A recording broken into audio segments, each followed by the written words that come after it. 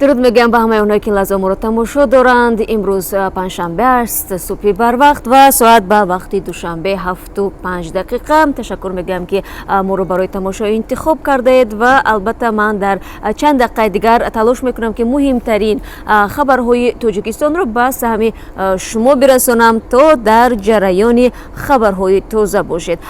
فکر میکنم خبری مهم این از مرز 9 سومانی گذشتن قرب رسمی دلار در تاجیکستان است. صبح امروز بانک ملی تاجیکستان اعلام کرد که رسما قرب دلار 9 سومانی و 1 درم است. در بانک های دیگری تاجیکستان قرب آن باز هم بلندتر است و امروز شما میتوانید در این بانک با عوض 9 سومانی و 2 درم دلار را بفروشید و با عوض 9 سومانی و 3 درم بخرید. همکاران ما میگن در بازار غیر رسمی امروز میتوان 100 دلار رو بر عوض 9 سومانی و 20 درم و تا 9 سومانی و 30 درم تبادل کرد. خب بالاروی نرخ دلار در این شب روز در تاجیکستان در حالی است که طی چند مدتی اخیر این اسعار خارجی خودش هم کمچین شده است و ساکنان از آن شکایت میکنند که نمیتوانند دلار را پیدا کنند و هرچند بعضی از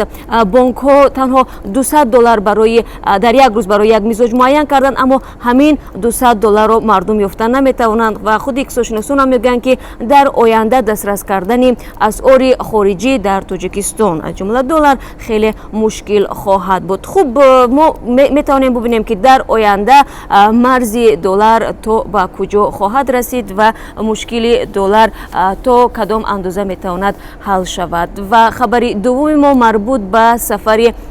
دمیتری مدودیف نخست وزیر روسیه به تاجیکستان است که صبح امروز وارد دوشنبه شد و قرار است که دمیتری مدودیف تا 2 ایون در دوشنبه بماند و در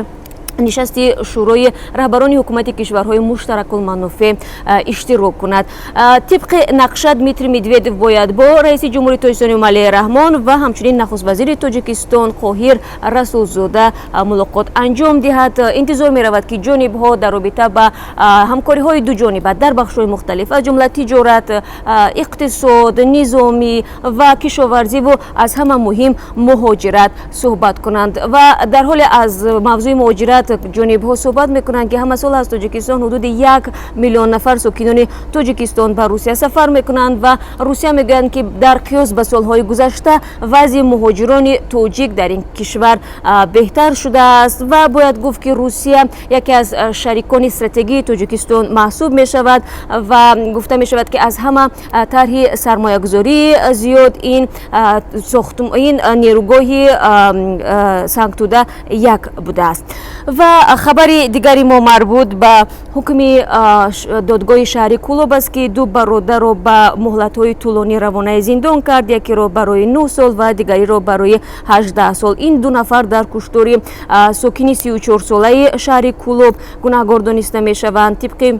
حکم دادگاه این 2 برادر ماه فوریه امسال یک ساکن 34 ساله شهر کولوب را که زمانی از مسجد بیرون می آمد با کارت حمله کردند و در نتیجه این نفر بعد از گرفتن جراحت‌های وزمین در پی کارتزنی به هلاکت می رسد و دادگاه معین کرده است که این کشتار در پی خصومت شخصی به عمل آمده است، چون نفری کشته شده است 2 سال پیش پدری محکوم شده ها را لطوکوب کرده است و چون یکی از این برادران در خدمت حربی بوده است بعد از برگشتن به زادگاه تصمیم میگیرد که قصد پدرش رو بگیرد و با همین وسیله اون نفر رو میکشد. خوب به حالا این 2 برادر 8 تا 18 سال خود را در زندان سپری خواهند کرد. و یک خبر دیگری مهم که بیشتری بینندگان از ما در رابطه با آن سوال میکنند این رساندن کمک به آفت زدگان در منطقه های جنوبی تاجیکستان میباشد. روز گذشته جمعیت هلال احمر تصمیم گرفت که به آسیب دیدگان از سیل و بارشات در 5 فرخار کمک برسانند و این کمک ها از محصولات غذایی و همچنین لباسواری و